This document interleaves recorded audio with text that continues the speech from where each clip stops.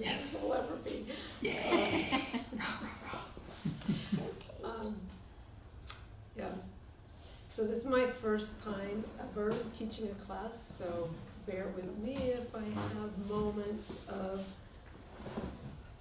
struggle. But other than that, it's going to go perfectly. So every time we have a class in at the center, we start with spiritual mind treatment. So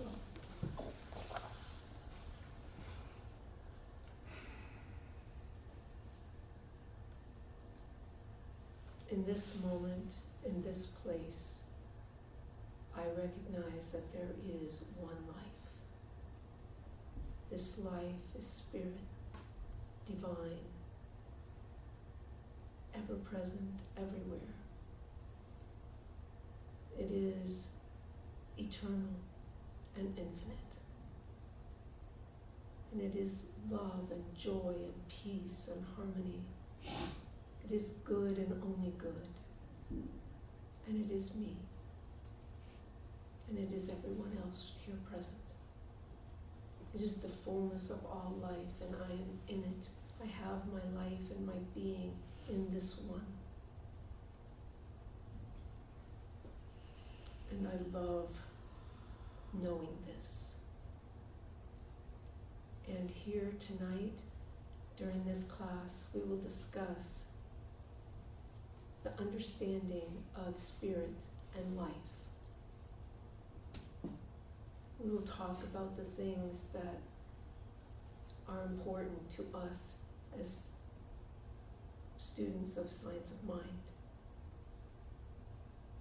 And I am so grateful for all of us here present, for what we bring to each other and what we have to share. And I am so grateful to be a part of this center. And I release my word to law, knowing that it is already fulfilled as I speak, and so it is. So it is. So before we get into talking about the book and everything, I just want to remind everybody that when you come to the class, we need to sign in, because that got missed by some people last time, and I just want to let everybody know when you first come in to please sign in. The other thing is that we only have the teapot going because no one required or asked for coffee last time, and so to save us having to put away things that we didn't use, we have the teapot ready for anybody who wants something to drink. And just to let you know, my name is Kate Wagner, in case there's any of you who don't know who I am. I think everybody does, actually. So you're no longer hyphenated? It's never You've been never been hyphenated. On my card, it says Kate Rhiannon Wagner. On the practitioner list, it's Kate Rhiannon Wagner. That's part of my full name, but I go by Kate. So if you want the whole thing, That's a it's board joke. Kathleen Yeah. Rhiannon Wagner. But anyhow, so Kate is fine for tonight. So, has everyone read our chapter, which is chapter number 2? You haven't because you're brand new and you didn't have the book. I just downloaded it, Okay, so cool. I have it on my computer waiting for me, taunting me. Wonderful. And I know you have because you're teaching it. And I actually found a YouTube that reads each chapter. So I watched that. Wow. That's kind of cool. I tried to find that because you had told me about it on Sunday, and I'll try to run it down again. Okay, cool. And you have your book and you've, okay, wonderful. So let's begin. What I would like to do this evening is just start at the beginning of the chapter and kind of go through it one page at a time and address any questions or concerns that you have, and then also answer the review questions that are at the back of the chapter. So, first page is number 12. Number what? Well, Page 12. Chapter 2, page 12. Is there anything on that page that anyone has questions about, or something that jumped out and said, what is this, or wow, this feels like such a great thing to know? No. Well, there's one thing that caught me, is the very first sentence. If we ask how the cosmos came into existence, we shall find that ultimately we can only attribute it to the self-contemplation of spirit.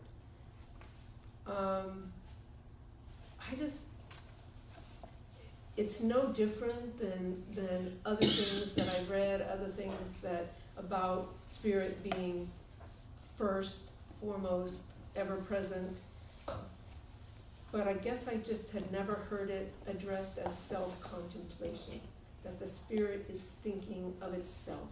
And that is how all of the cosmos, all of creation here and infinitely beyond is through the contemplation of spirit of itself. So I found that interesting. So, page 13. Anything that anyone wants to comment on? We're gonna have lots of fun tonight. Well, something in here is that, he's talking about the ether, and they've, now with the way things are, it's really the field and waves that is kind of bringing it up to date scientifically, that it's the waves and the particles as opposed to just to that concept of ether, but it's still the same, that it's one continuous thing out there. So I like kind of going up, now we're in the 21st century and we have new terms. Yeah, that is cool. kind of building on that, you talk about one material, one source, yet we hear about energy, and we also hear about matter, but we also hear about dark energy and dark matter. And then trying to understand how that dark energy and dark matter might relate to the energy and matter we know, and then how both of those have come from an original ether, or are there two kinds of ether out there, and I just kind of get lost in my contemplations on these things. And Really, it all had to be one. right. I think that's basically what it comes back to, is however we look at things and divide it into things that we can understand, that this appears this and this appears this, it all goes back to that ultimate thing of there was one, is only one, and that everything came forth from that.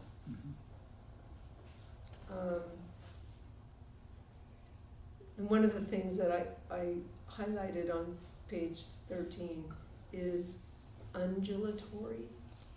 I never heard that word, so I found it fascinating, that just language-wise.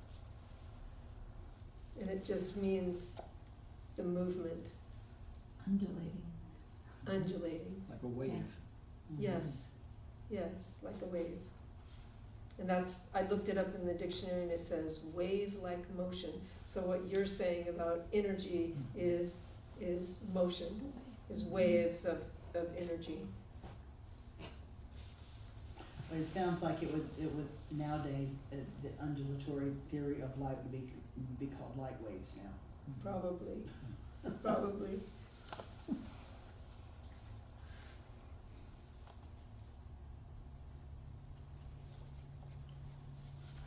Okay, and then page 14.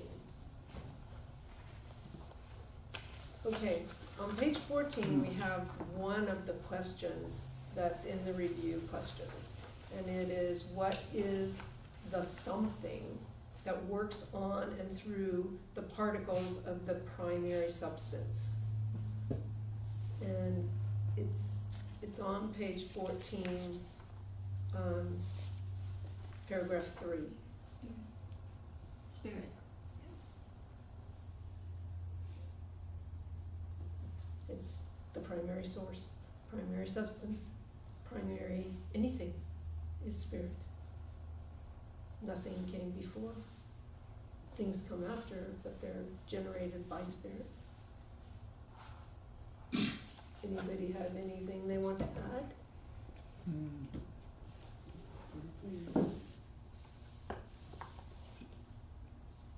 Okay. On the next page, question 2 is what powers must we attribute to spirit?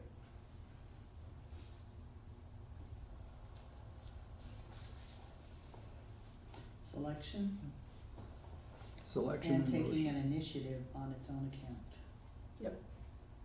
And what does that mean? Well, it's selecting what it wants to do and doing what it feels is best for itself. Yep, that's pretty much it. Anybody have anything they want to add? I can see you thinking. No, I'm just thinking about the term best for itself. So Well, really that's one- paraphrasing, take an initiative on its own account. Yeah, right, yeah. And it's not a selfish thing. No. No, One thing is all Yeah. things, Yeah. yeah. That's why I was just kind of rationalizing that. okay. Okay, and then on that same page, further down is question number 3. What is the initial polarity of universal spirit and universal substance? Okay, what is the initial polarity of universal spirit and universal substance, and what does each supply to the initial creation?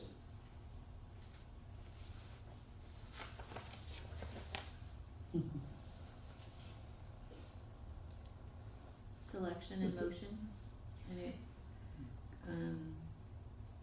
supplies substance. Okay, spirit supplies selection and motion, and substance supplies what? Something from which selection can be made, into which motion can be imparted. Does that matter? What's that? Does that matter? Well, it does matter in the sense that, No, What No, he- what I'm saying The is noun the is. substance we call matter. Is that equivalent? Substance equals matter? Not, does it matter? It just. Oh. Two different words. I mean, Two different matters. I have a question, what is this initial substance? Is that what we call matter now? Or is it energy?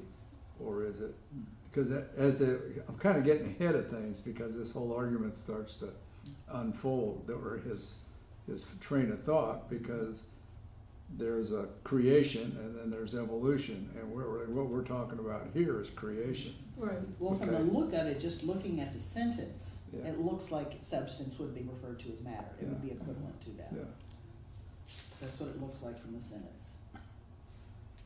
because his premise is there's got to be basically a positive and a negative to create. And so there's got to be something to respond to the thought. So this becomes matter, which I think they call the ether, or the ether out there. And so anyway, it's a mixture of old terms and new terms and what we consider now. So it's the Yeah. updating. I think substance would pertain to matter. And matter, we'll get further involved in that, is divided into certain categories. Okay.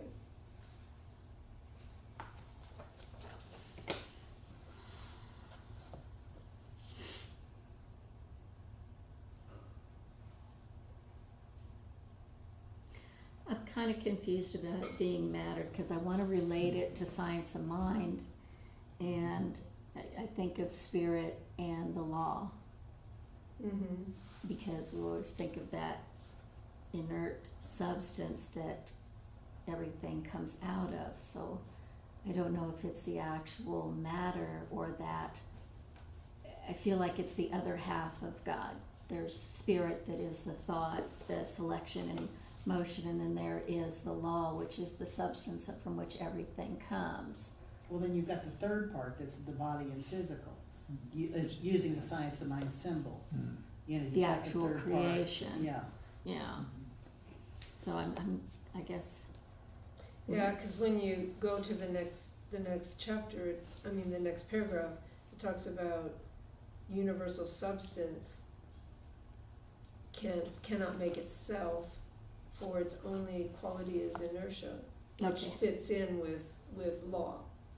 That law only responds to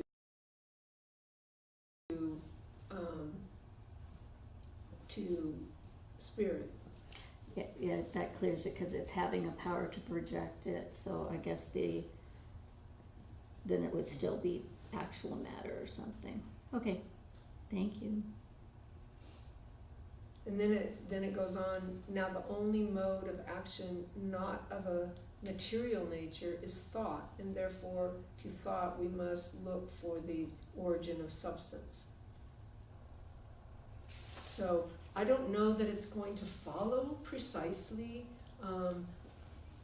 Ernest Holmes' three things, because I don't think he divides it into three No. categories like that. But substance cannot create itself, so it's the divine spirit that brings it into form, and how does that happen is through thought.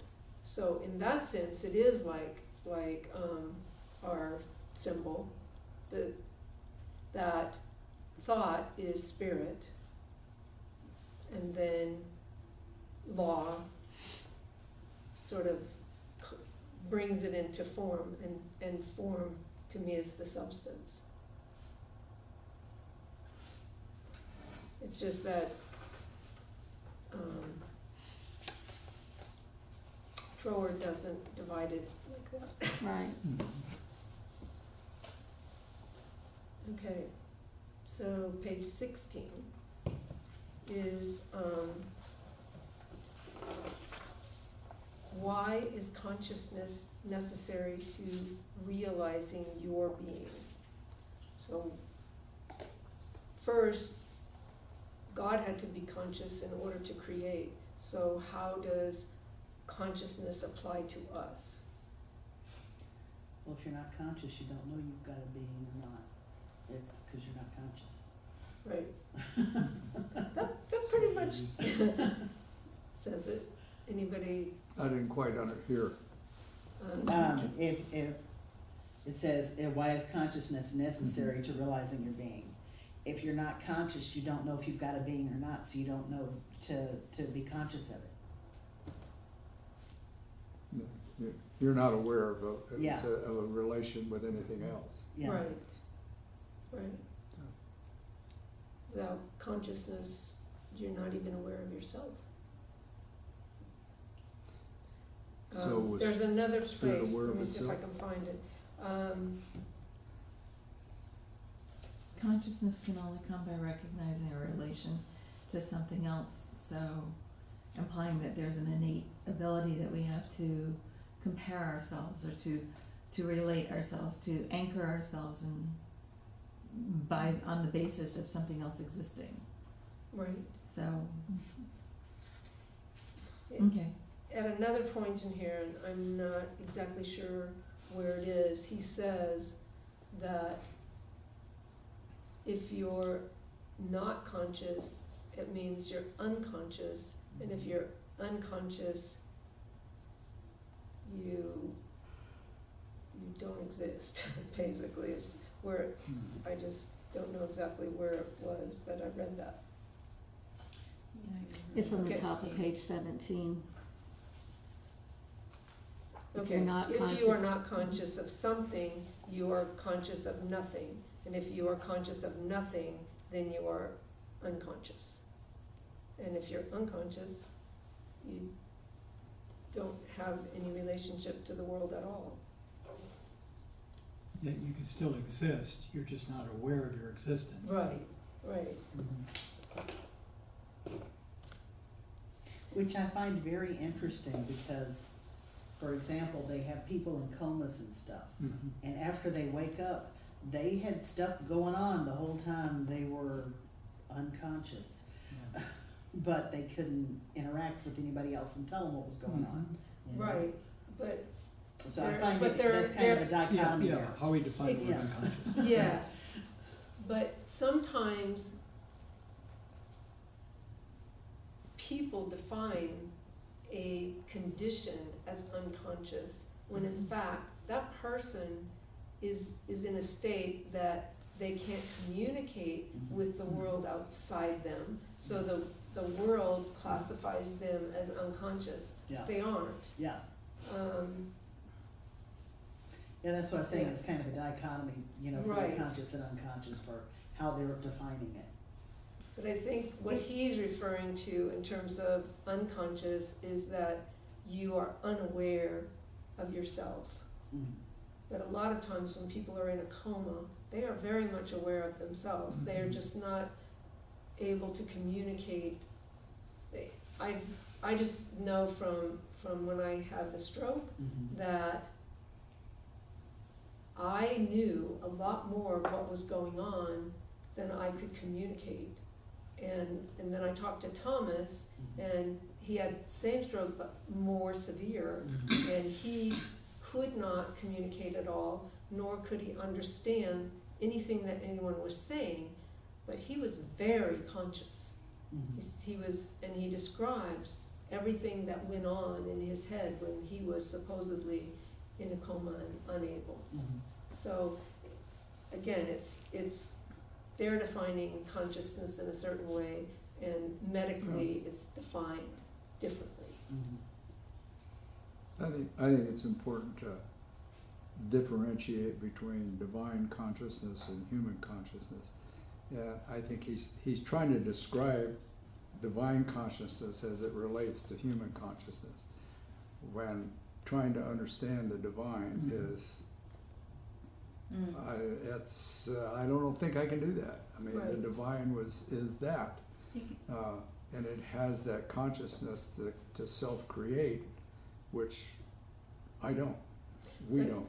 I mean, we create by evolution and not by creating something that was never there. So that's my feeling. I think I can always go into something and they say, well, you just created this instrument. Well, but it created out of thoughts and things that were already present. Right. What he's talking about here is the initial creation of whatever it was that started the evolutionary ball rolling. So I look at it as separate, that the divine didn't create at each state. The divine created plants. And the plants then started to evolve based on whatever affected them. Because do plants have consciousness? I don't know. Well, So, yeah, but he goes on to another part and Yeah. say that it wasn't until got to humans, and beyond just the form of humans, but to the human who has consciousness.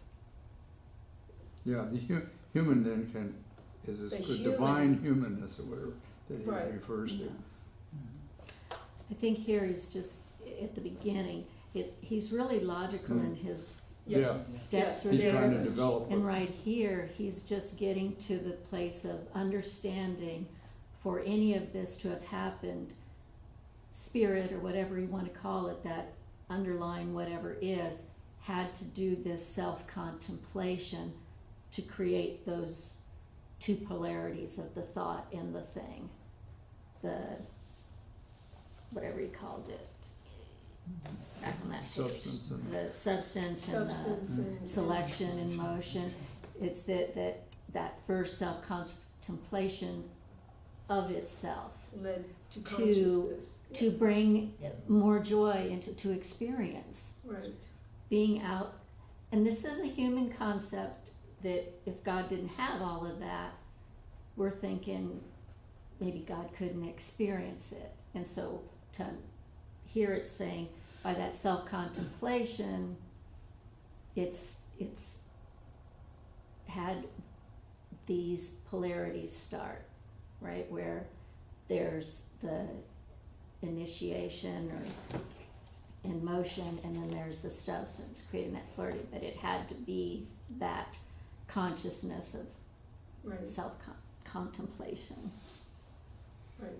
So, yeah, what I understood too is that spirit existed always, but in order for the rest of the things to begin to happen in anywhere, spirit had to become aware of itself, and through self-contemplation, and then had to be aware of, be able to consciously know of something outside of itself. Not outside in the sense that it becomes dual, becomes two, but just that it has a sense of something more than just what it's aware of within itself. So,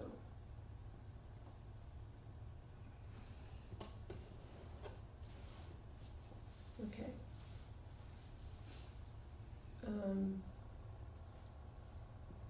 So, I don't know if we answered that one. We've answered number 4 is the last one we Okay. answered.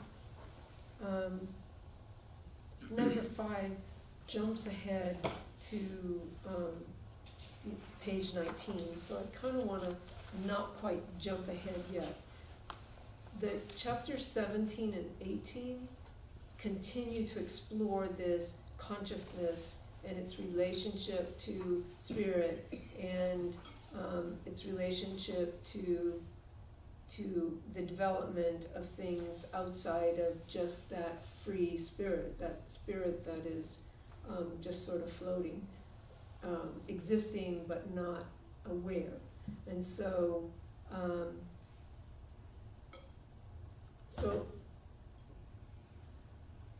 spirit was aware of itself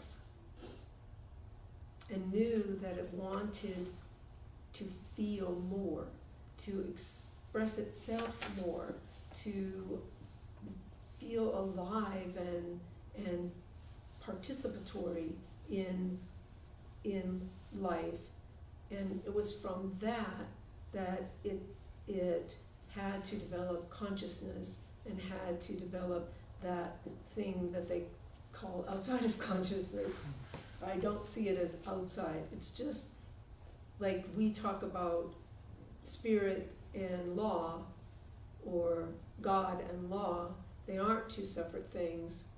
It's just there's spirit and there's form, and because in order to be conscious, spirit had to have something outside of itself to be conscious of, and that's how form came in.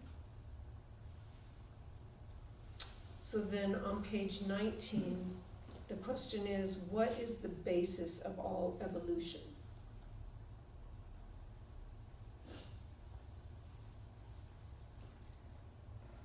Says the It's a unfolding. polarity. Polarity or the interaction of active and passive is therefore the basis of all evolution.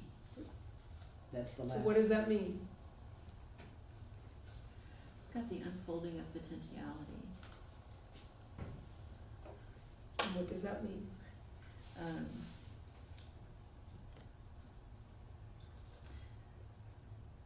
Well, in anything that exists, then if it has potential, the unfolding of those potentials, it's, I've got, evolution is the unfolding of potentialities involved in the things already created. So, the thing that exists itself has potential of perhaps unfolding itself, wanting more, spirit wanting more through it, wanting just to see where it can take it. Right? Let's just expand this. I mean, there's a whole lot we don't really know. we've discovered that trees take care of each other. They talk to each other, you know. Is that conscious? Are they conscious of themselves? I mean, can I be unconscious of myself if I need to help you? I I don't don't think know. so. You know, I mean, there's just a lot there, but he says in here somewhere that it's the unfolding of potentiality of what it can become.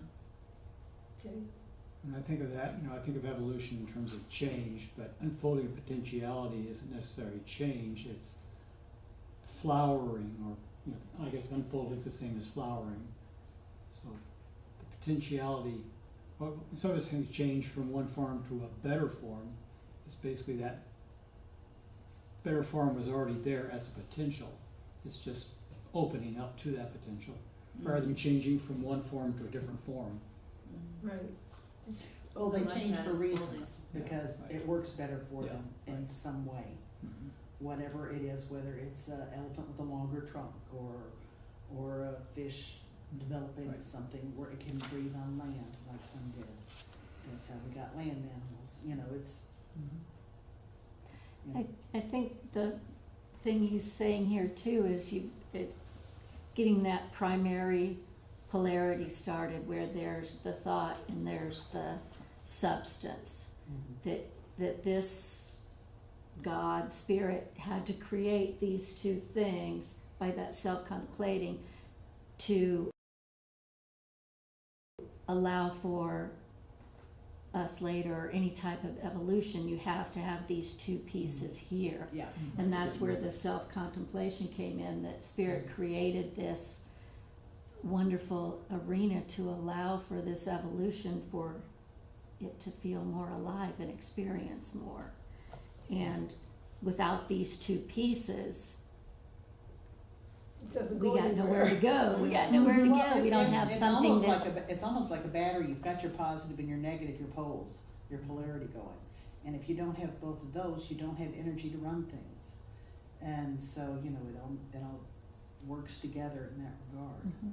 Yeah, and kind of without the thought, you can't create anything. Without having something, you don't have something to start with that you want to make better. Yeah. Yeah. Well, we hope.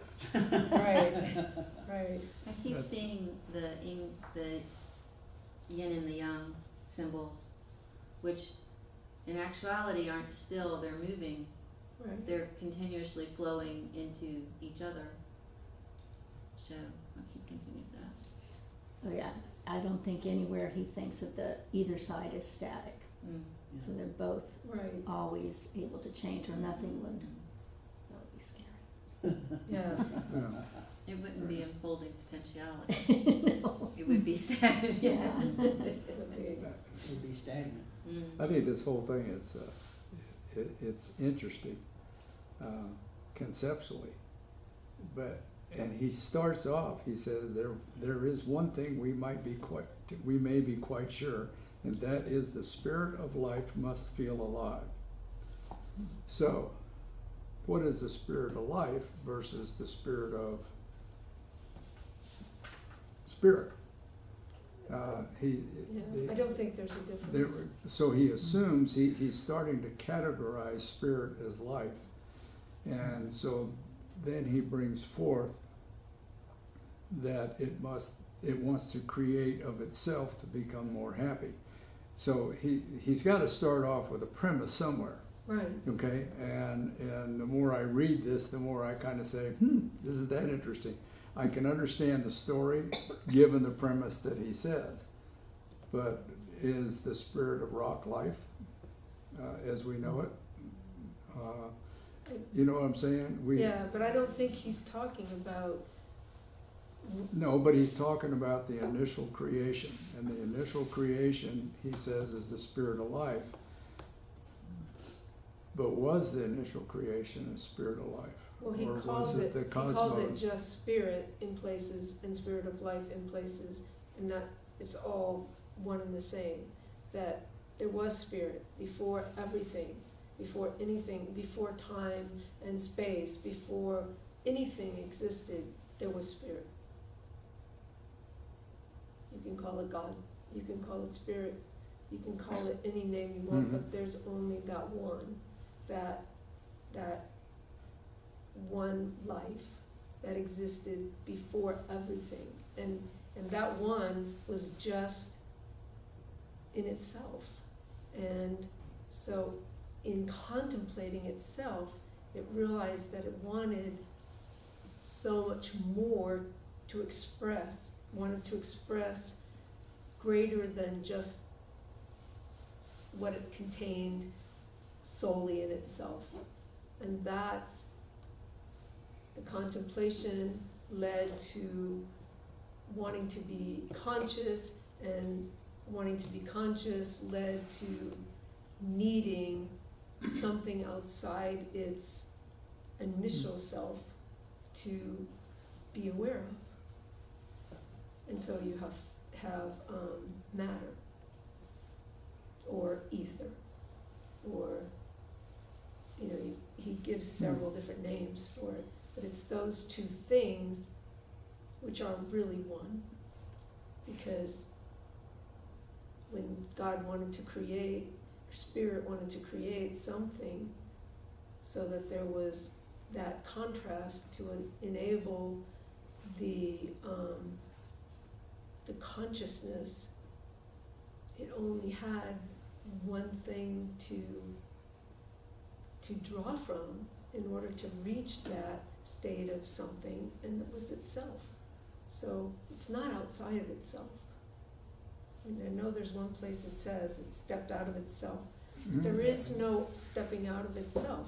There's this life, spirit, that existed, and it wanted to have a higher level of expressing itself. It wanted a higher level of feeling love and excitement and joy, and in order to do all that, it had to create something to be aware of, to be conscious of, but it created it from itself. Responding to Tim's term, you know, we often use the term life as substitution for the word God or spirit. I'm thinking, was life, you know, just scientifically we think of after the Big Bang you had materials, rocks and things like that, but was life present then, or did that life unfold at a different point in time, given the times? It depends on what you're defining as life. Yeah. If you're saying that life is spirit, spirit is life, then it has existed since before time and after time and always. It was never, ever not existing. So biological life, whatever that is probably different in our definition from this life that we've talked about, maybe with a capital L, which Yeah. was the spirit within the rocks, spirit within everything, before there were plants photosynthesizing and amoeba running around. I guess, you know, I follow his line of reasoning, and it makes sense when it goes through that. And in today's environment, I think of the Hubble telescope and that kind of stuff that just continues to show the endless, the infiniteness out there. And you say that, and then I listened when I read Trower, he says God wasn't happy. Man alive, look what he created out there. So, you know, I'm having that relational issue based on how we see more now. And I look at, okay, there's this massive solar system out there, and there's these molecules or whatever, and they just come together in a matter, and it could be purely haphazardly, and the two of them come together and something forms out of it. Was that created by the spirit say, I think I'll put these two together and see what comes out? You know what I'm saying? It looks like the great alchemist to some degree. Yeah. So Divine I have to intention have or a- divine accident. Yeah, which is so I have to have a place to go with it, and his day and age, he was using what he had, and there was one comment in the reading that kind of got me started on this when it very first thing. I hope I'm not getting too far off, but he said that that after a while, electromagnetic waves was the empty space, and now a crucial experiment was performed that said that never existed. So I'm trying to think, okay, he's explaining within the knowledge that he had Of of the the day. day. Yeah, And I'm looking at it from the perspective of a Hubble telescope image and trying to put that all together. and that's something he wouldn't have remotely had an idea about. Sure. Yeah. Are they, I guess, probably some of the ancient astronomers had maybe a much more, look at Yeah. like where some of the That's very Aztecs and true, those yeah. people were with they had a pretty good Okay. awareness of it. I'm kind of getting Yeah. off, but you know what I'm saying? I hear what you're saying, and I also think he was using the language of that time, Mhm. that period, but if you bring it to our language, our time, we're far beyond the beginning. Because there is like infinite life existing now that wasn't in the beginning. In the beginning, there was only spirit. And so he's trying to say, how did things begin to happen back when there was only spirit? So that's what he's trying to define is, okay, there was spirit, and then spirit wanted more. And in order to get more, these things had to come into place in order for spirit to move forward into creating. But when did that happen? We don't know. He doesn't even discuss when. At some point, back, beyond anything we know, there was only spirit. There were no galaxies, there were no planets, there was nothing except spirit. And from that began this process that now has us in this place where there's Earth, and we know that there's way more than Earth that exists all throughout our galaxy and beyond. But he was trying to define his idea of how life came into being. It's kind of like in the Bible where it says, in the beginning, there was the Word, and the Word, the Word was God. yeah. So he's trying to define that same process, that creation process. That how did life come into being? Well, before anything, there was spirit. And spirit breathed life into everything else that exists. Yeah, that's spirit's universal creative process where actual creation happens, to telling us how spirit does that with the polarity, creating it out of itself, having to think it and have a substance that we can model our creation on, which is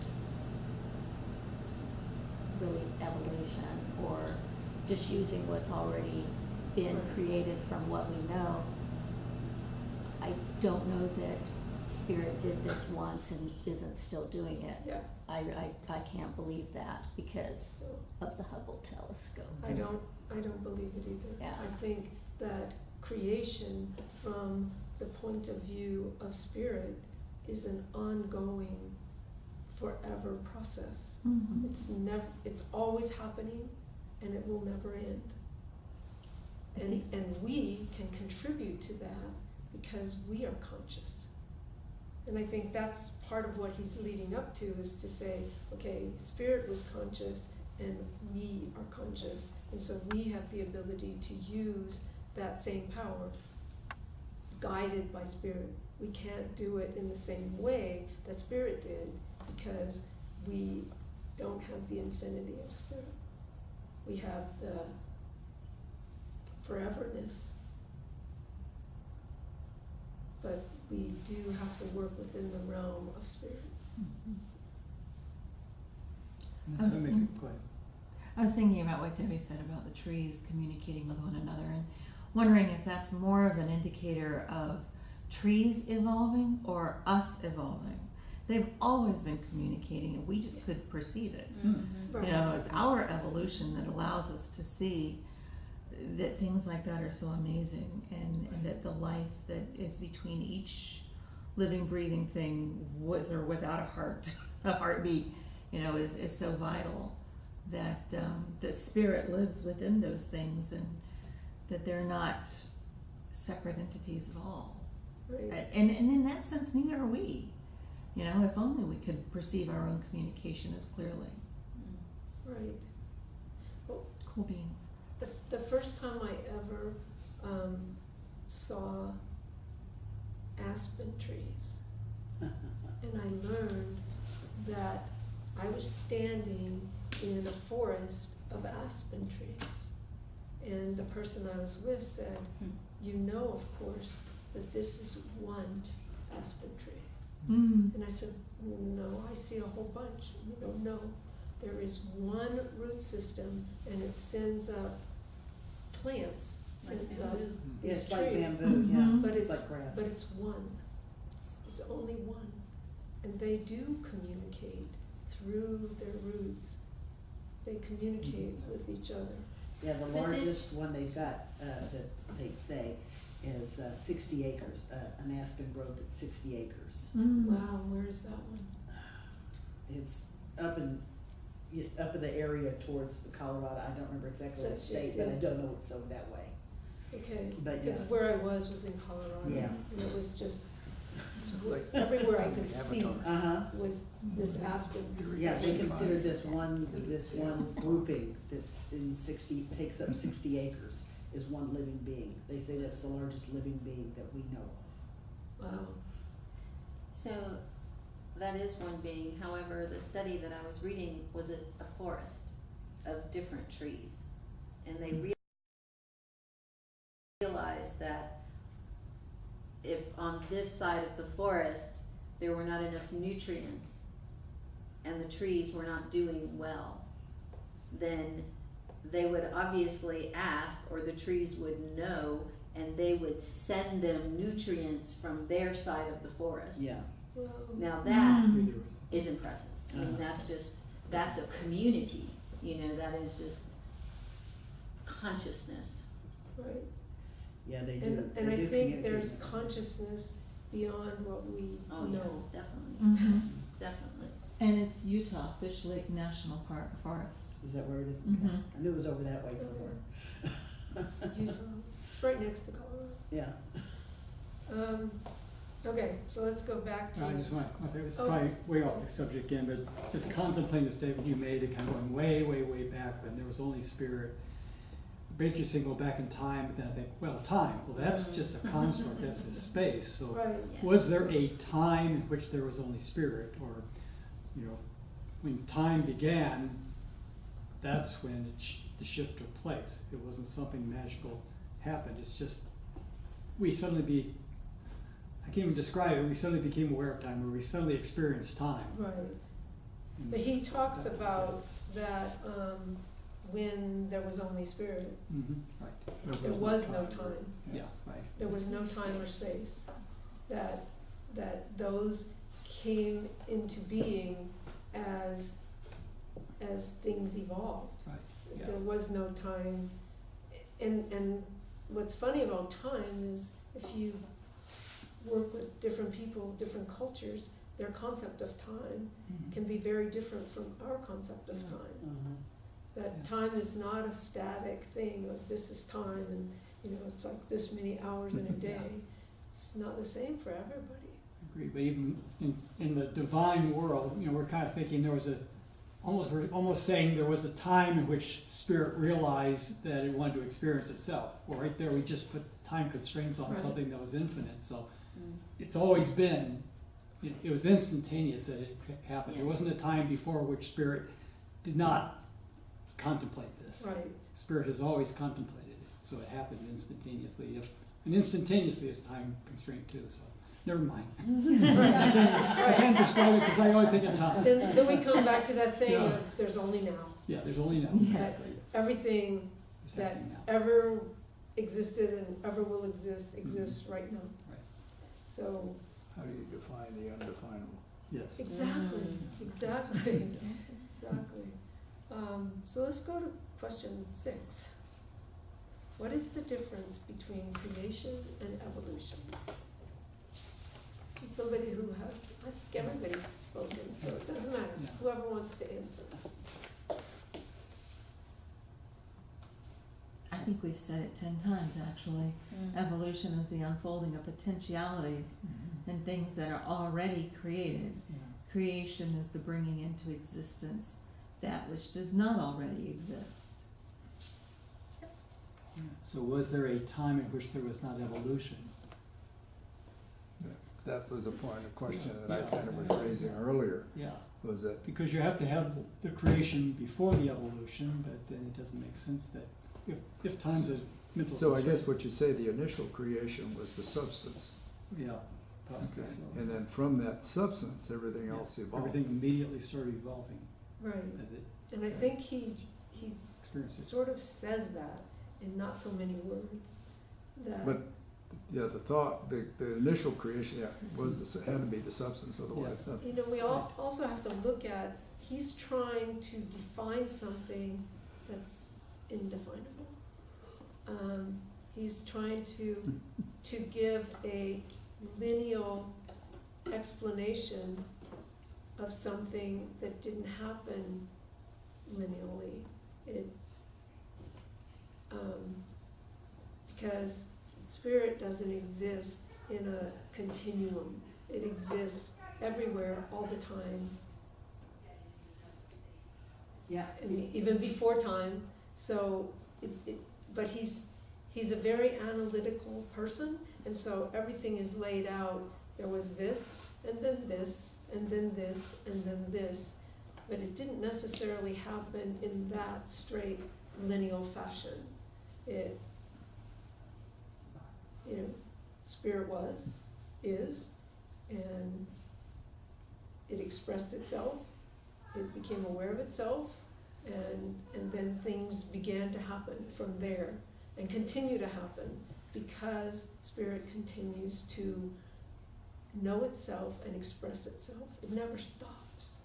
well, yeah, he'd been working on something that had not been conceptualized before. Yeah. And so he had to find his own reference points to use to explain the conception Right. to somebody else. Yeah. And so, it's almost 8, and I think we can take a little break, and come back at 8:15. Are you singing The Wizard of Oz? No, the Toyota No, commercial. the Oh, the Toyota commercial. Oh, no. Shows your age back in What I the was thinking of was from Bud evolution. Okay, so, back to where we were. The last one we did was difference between creation and evolution, so, go to page 22, and we have, how can the creative order be generalized? Page 22. Right smack in the middle of the page. How can it be generalized? That's what the question is, how can the creative order be generalized? Well, I can read you what it has in the book. Yeah, Mhm. The spirit wants to enjoy the reality of its own life, not merely to vegetate, but to enjoy living, and therefore by self-contemplation it projects a polar opposite or complementary calculated to give rise to the particular sort of relation out of which the enjoyment of a certain mode of self-consciousness will necessarily spring. I A know. lot of big words in that one. he didn't give you a chance to argue with that, he just said, that's the way it is. That's the way It's it is. better explained in the next chapter, paragraph. Spirit wants to enjoy life, and so by thinking of itself as having the enjoyment which it wishes, it produces the conditions which, by their reaction upon itself, give rise to the reality of the sort of enjoyment contemplated. Yeah, but it And So said it that's was, putting that but thought it said out it was in there. that other that other Yeah. paragraph, which is why I went with that one. Oh, yeah, no, it's just, he makes it simpler in the next Yeah. paragraph. It's Right. like, he said, Right. okay, contemplate it, and now I'll tell you what I mean. Right. Which is an interesting thought to that is that since spirit was conscious, then it had to create something which it wasn't happy about, to then create something that made it happier. Because it couldn't relate to anything, because nothing existed other than something unhappy that was created. So where does it say I'm just thinking- unhappy? I don't think it has to be unhappy. Well, he just No. says Wants to that enjoy life. he Wants wanted to enjoy, life, so but it doesn't say he was unhappy. if And when you're, you It think just about says the not merely to substance, there's no vegetate. life in Yeah, it, right. so, It's not static. I don't know. I would try to so if figure you're that out. not enjoying living, you're unhappy, I guess, so, Well, that's a That's where human you get construct. That's a Well, human, it's not yeah, divine. because it says just No, all not this merely is- to vegetate. yeah, all this is. In other words, it didn't wanna just exist, it wanted to experience more. More, More. exactly, yeah. Not to make him more happy, or her, or it, more happy, just, So there wasn't unhappiness involved. how did spirit know there was to be more? By creating that polarity. Yeah, the polarity, that's all goes together, yeah.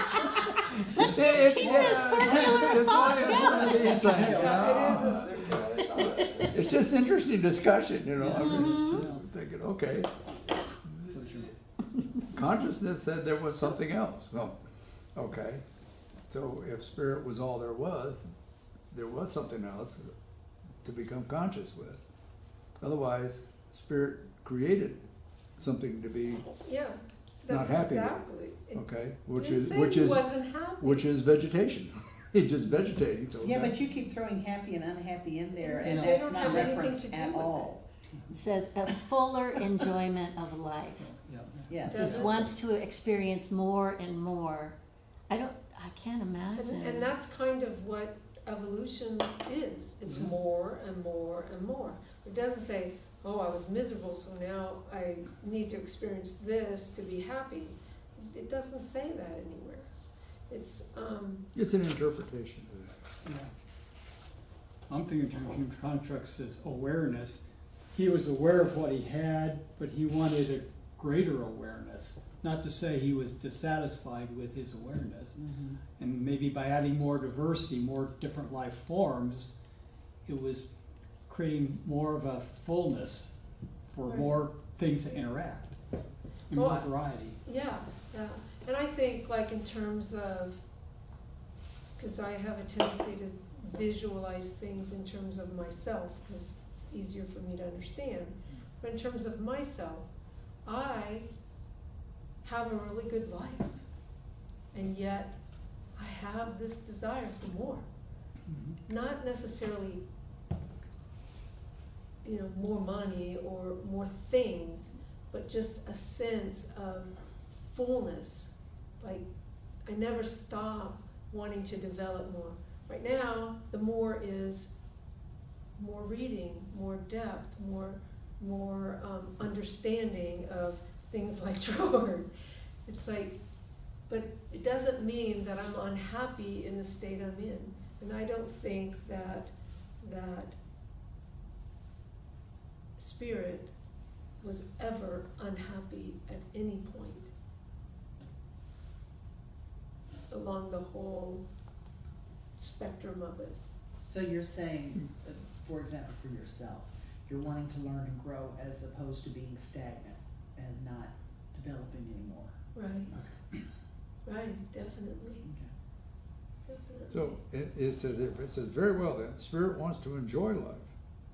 So by thinking of itself as having the enjoyment which it wishes, it produces conditions upon which their reaction upon itself give rise to blah, blah, blah, blah, blah. So if he wants to enjoy, if spirit wants to enjoy life, then spirit has to compare that to not enjoying life. Mhm. Why? Because why would spirit want to enjoy life? If it, Just to enjoy more? But I get where I he's think coming that's from. something that Mhm. Yeah. I struggle with sometimes, cause you know, it's like, you know, God wouldn't be bad, but why wouldn't God be bad? Why wouldn't God want to experience bad? Yeah. You know, why wouldn't God want to experience sadness or deprivation or everything? I mean, what is there that God isn't experiencing? You know, I mean, it's not like, I mean, I understand that Hitler thought he was doing exactly what was best for his people, and, you know, I mean, that's easy to get God behind, you know, because God always says yes, Mhm. you know, no matter what, yes. Because God wants to experience everything. So he did want to experience Hitler and Mother Teresa and everything in between and on the other sides, you know. So I have some, you know, I'm like, I don't quite get that, well, God wouldn't want to be unhappy. Why wouldn't he? Well, and What that's wouldn't- putting human judgment Yeah. Of course. on it. We Yeah. put our judgment on good and bad, happy, unhappy, and Absolutely. I mean, what we learn is spirit doesn't have that same concept. I mean, we this is Yes. what we Right, told Yes, ourselves. The because spirit that is doesn't have that. unconditional love, isn't it? Yes, yes, yes. Well, whatever you're wanting, whatever you I will- want, I will and impress it, and it's here. Yeah. and a lot of bad things happen that lead to good things Sure. based on what we define them Yeah. as. And spirit's just experiencing more and more of life, of Yes. what is possible, Mhm. and we judge it.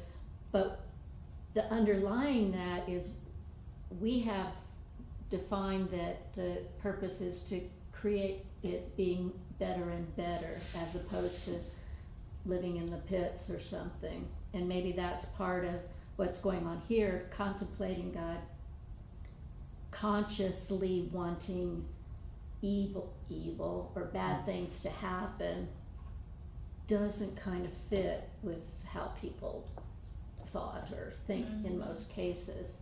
So we think of it as always wanting a larger enjoyment of life.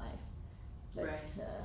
And I I'm always with look you, at because it- I think that would include that both, Mhm. you know, that. well, that's the polarity. You don't know what Yes. enjoyment is if you Mhm. haven't felt the pain. So it's kind Exactly. Well, I always look at it as you can use, excuse me, animals is a good example. If they enjoy something, they will do more of it. If it's not enjoyable, they avoid doing it, whatever it is. And so, you know, it's not really the conscious of thinking of it as enjoyable. It's just something they'll do because it's not painful to them or whatever, Yeah. you know. Or they're getting something Well, out of it. yeah. that's But I'm gonna take beneficial. away I don't think God's enjoying it, he's experiencing life. Right. And his creations are responding to stimuluses such as enjoyment. And he's not controlling them to say, Who is there's he? an ice age coming, I'm gonna God. move all these people out. Well- He's gonna let those experience and respond to those things. So you're saying this is an outside force type of thing? Well, I don't No. think, That's how you're referring to it. I'm saying the force is happening within his creations as they interact Yeah. amongst themselves. Experiencing God's it just all. experiencing what happens from that. Yeah. It's not outside. It's that I just, the underlying. way he's phrasing it, it's very Yeah. dualistic. No, so well, I'm very- that's what I'm saying, he's not That's controlling. the he's- paradox oh, of life. it's allowance. It's dualistic and it's one. Mhm. And that, what you're saying is that spirit that's behind all of this, we're thinking in our terms that it's Yeah. experiencing all of this. Mhm. But all of this is still Yeah. spirit. Experiencing God, himself, yeah. yeah. So it's like we live in the polarity, in the dualistic stuff, but it's all part of spirit underlying it all. And that piece of spirit that I can't fathom beyond what spirit's created for me here. So it's just a crazy And that's paradox. because our perception is we're separate, but if we all realize we were I see, one. I don't see it as that, and that's not what I get from this text and stuff, that we're separate. And No, so we're not. But what I'm saying is, our We're perception manifestation. is that we're separate, such that we can say, Right. my country's good, your country's bad, but if we all realize our oneness, then there wouldn't be There this wouldn't good be bad that perception. It's just, separation. Right. but where God's experience our interactions through this. Mhm. Yes, And itself, working with itself. And I think in the process of Troward trying to explain his concept of creation and his concept of the creation process, he uses language that fits his understanding. And so a lot of us think of God in terms of good because we think of something that's pleasurable as good and something that's not pleasurable as bad.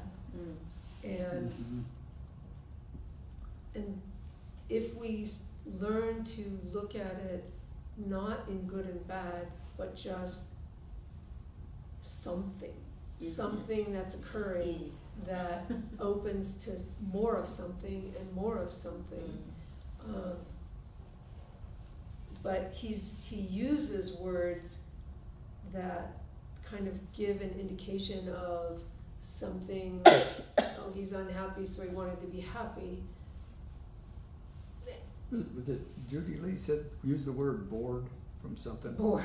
And, Somebody else. and the thought that just came to me is, here's Spirit, and all these planets are out there, and it's a game of marbles, and he finally got bored and went, boom, and the 2 marbles hit, and there it started. It's just another way to. And then he got bored And and it just left them. it released it released something that then became the manifestation of whatever,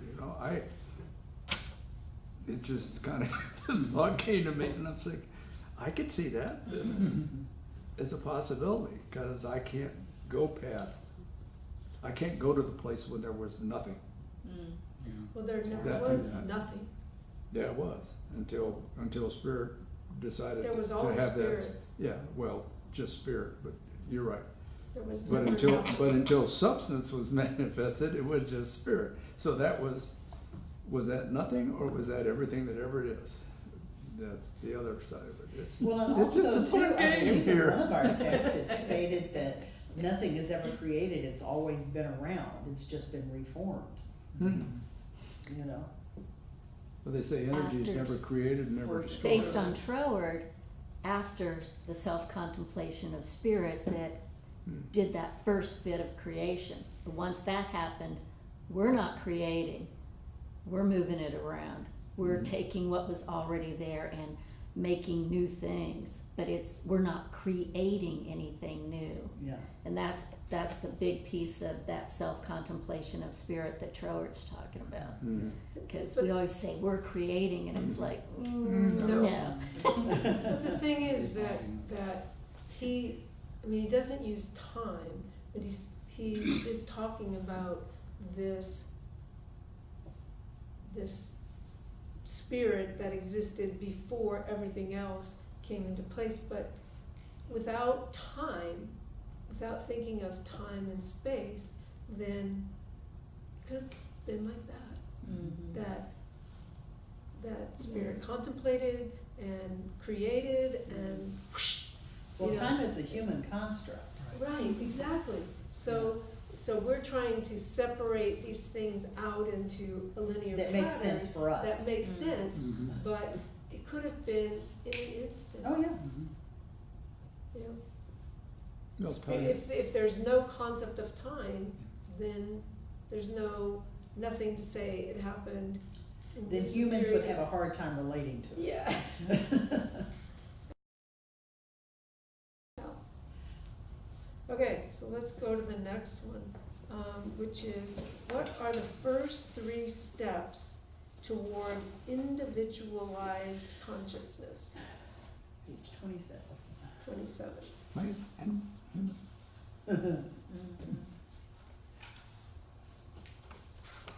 That's good. So, Plants. does anybody want to say? It's the first Tim one. just did. What did he say? Plant The animal, first human. step toward individualized consciousness meets us in plant life. So it was plant life, followed by animal life, followed by human order. And then what was the fourth one? So the fourth one is an evolution of human order into intellectual man. The And- fourth great stage of spirit's self-recognition.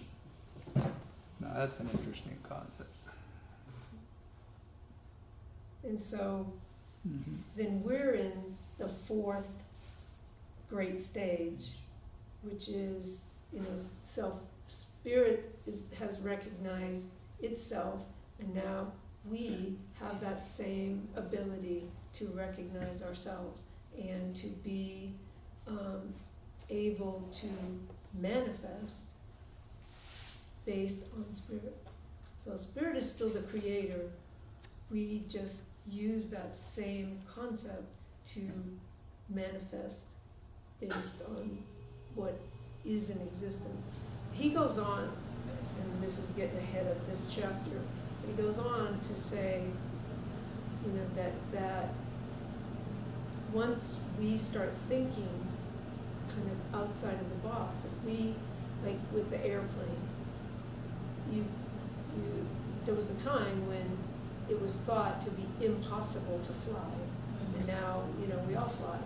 A lot of people still don't understand how a plane stays up in the air. I don't understand it either, I just know that when I get in the plane and it takes off, it flies. I don't know how it does it, but there was a time when that concept was just beyond the majority of people. And then somebody started thinking there's gotta be a way. There's gotta be a way to allow flight. And so we move beyond what is visible into what is possible, but it's still part of what is already created. So that evolution, that Right, it's unfolding evolution. of potentiality. Right. That's why I think when you look at the periodic tables, and they say a new element is, they very, use the word choice, it was discovered, Right. okay? The fact that it was always there, we just figured it out. Or it may have evolved, because of evolution. Right. Yeah. Well, So- that's like. But we didn't create it.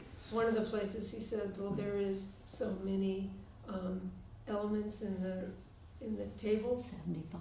Yeah, and now there's way more than that. I don't remember the exact number, but I thought 75. When I was in school, it was 108, but I think it's more now. Yeah, Yeah. they keep, Because school Well, is. honestly, we're developing ways to test, to figure out what are different elements. Well, we didn't have that before. Yeah. It's just learning. So it's It's not a like learning the elements process. that It's there not are they more just all of a sudden elements. popped into being. Right. We like to think that we have that ability, but no. Well, and But also God too, could a be lot of doing that. I mean, the spirit, mind could be doing that. That it could just be continuing to create things that we are now just discovering, and maybe they were created yesterday, and we don't really know that. Well, it could be some things too, took longer to develop. For example, a diamond is out of Cold. thousands of years of compressed coal. It could be that some stuff just hasn't developed yet, and it's in the process of doing so. Yeah. But I'm wondering if our thoughts, thinking about, something that we want to happen, then is that all-encompassing spirit going, oh, okay, I can create that, and you can discover it and make more stuff out of it. Who knows? That could Right. be Right. our Right. interaction between. If we are divine, we have every aspect and every power. Right. So we're There's no not limit to what we actually can do with our creating, minds. but maybe we're providing the spark of, oh, maybe I could create this, but we're not creating it. But we get it created for us so we can use it to Right. evolve something. Who knows? Yeah, some Or we're scientist learning somewhere who to- really wants to discover something new that hasn't ever been found. And they may think up a totally new way to investigate stuff. Yeah. That stuff shows up that we didn't know about before. That's- Yeah. That's the next chapter. Okay, Divine. there's one more. it just keeps rolling and rolling. There's one more question. What is the only principle by which we can possibly advance into the next stage, whatever the next stage is? The divine ideal is the only principle by which the advance into the next stage can possibly be made. And so Personal what is the divine participation ideal? in. We logically brought to personal participation in the divine ideal. Mhm. So we are logically brought to the personal participation in the So- divine ideal. Chapter 3, divine ideal. So it's a good transition. There you go. What's next week? But I think That's that's next week. exactly what we were starting Yeah, to talk yeah. about, is our participation in and with Right. the divine Right. ideal. Which is when we started the discussion and you asked these first questions and you've already read the chapter, you're already bringing in. You know what I I'm know. saying? So I that- know, I but wanna that jump makes to it- chapter It 6, makes it I very know. rich. It's good. Yeah, it's good. I like it. So, But he, like I said, Troward thinks in a very logical way, and he lays out everything. If I want to explain this, then I have to go back and put the basis down that's gonna lead me up to this. So his goal is really back here, but he's laying down all the chapters that give you the ability to comprehend what he's gonna tell you at the end. And Um, with that better understanding, be able to use what he tells you at Right, the end. right. Well, it's like you gotta learn the alphabet before you can learn to read and put words together, you Yeah. know, same thing. I don't know about that. About, you have to know the alphabet. Well, to be able to know what you're writing, to write things And down, and read then to put words into cohesive sentences, to be able to read what you're, and understand what you're reading. If you're reading, yes, but if you're writing. I'm just thinking in terms of my grandson who's only 3, Uh-huh. he does not write, but he creates sentences, and he creates language, and he says things that he has never heard before. So you don't have to know, the letters. Well, then why don't you just go to the final lesson of the book and not bother with the rest of it? Oh, because it's more fun to figure it out as you go along. He doesn't tell us up front what is. Some authors Does, with will the tell you title. what the answer is right up front. This is what they believe. Now, let me show you how I got there. Okay? And that's just a different technique. Right, He uses the technique of building it all you know, up. law, into more law, suspense. developing Yeah, a exactly. case, you know, and saying, here's therefore, my client is innocent. He's a philosopher, My lawyer, client judge. was the original. Yeah. So, Yeah. before we end for this evening, and I know it's early, but we're at the end of the chapter, and we're not gonna go into the next chapter yet, that's for next week. Yeah. So, I'm gonna get out the basket. So, we don't have a set fee for our classes here, but we do rely on, love offering. So I'm gonna pass the basket around, and please contribute what you feel I'm going to. After. Oh, there goes all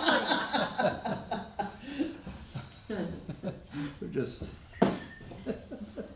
I thought it was gonna slide, and then all of a sudden it was flying. Well, I saw there was a hole between the two tables, and I was like, whoops.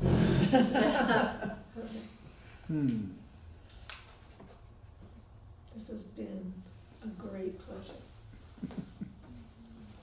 A lot more fun than I even thought it was gonna be.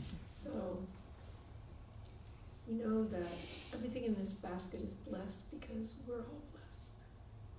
And every bit is a contribution to the whole. So I'm very grateful for the amount given, the blessing to all of us. And as we come to an end in this class, we just know that this is only the beginning of unfolding more what Troward has to say. And I'm grateful for everyone who has been here. And I look forward to sharing more of this with everyone next week. And so, on this positive note, everyone is going home in safety and joy and with great blessing. So I release this to law, knowing it is already so. And so it is. And so it is. Thank you. Kate, you're now officially a teacher.